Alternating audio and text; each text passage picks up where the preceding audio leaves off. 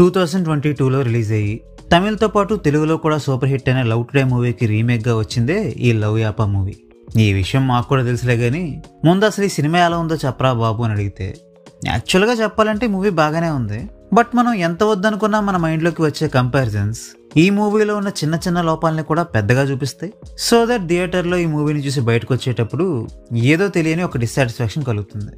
ఎందుకంటే ఈ మూవీలో యాక్ట్ చేసిన జునైద్ అండ్ ఖుషీల పెర్ఫార్మెన్స్లు చూస్తే ఏదో వాళ్ళ వంతు ప్రయత్నం వాళ్ళు చేశారనిపిస్తుందే తప్ప జెన్యున్గా వాళ్ళ పెర్ఫార్మెన్స్ బాగుంది అని అనిపించదు.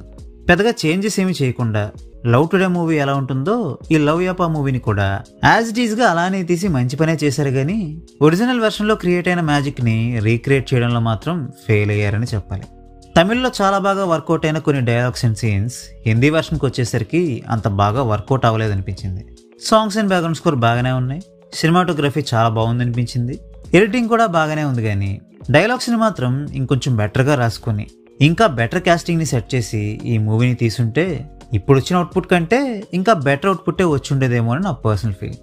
సో ఫైనల్గా ఈ మూవీని నేను మీకు రికమెండ్ చేస్తానా అంటే, ఒకవేళ మీరు ఒరిజినల్ వెర్షన్ అయినా లవ్ టుడే మూవీని కనుక చూసుండకపోతే, అఫ్కోర్స్ మీలో చాలా వరకు ఆ మూవీని చూసే ఉంటారనుకోండి. బట్ ఒకవేళ మీరు ఆ సినిమాని చూడకపోయి ఉండుంటే థియేటర్లో కానీ లేదా ఓటీటీలోకి వచ్చాకైనా కానీ ఈ లవ్ యాపా మూవీని ఒకసారి చూడడానికి ట్రై చేయండి. So well, that's a wrap on this video. ఈ వీడియో మీకు నచ్చితే వీడియోని లైక్ చేయండి. మరిన్ని మూవీ రివ్యూస్ కోసం ఛానల్కి సబ్స్క్రైబ్ చేసుకోండి. We will meet you next video. Thanks for watching.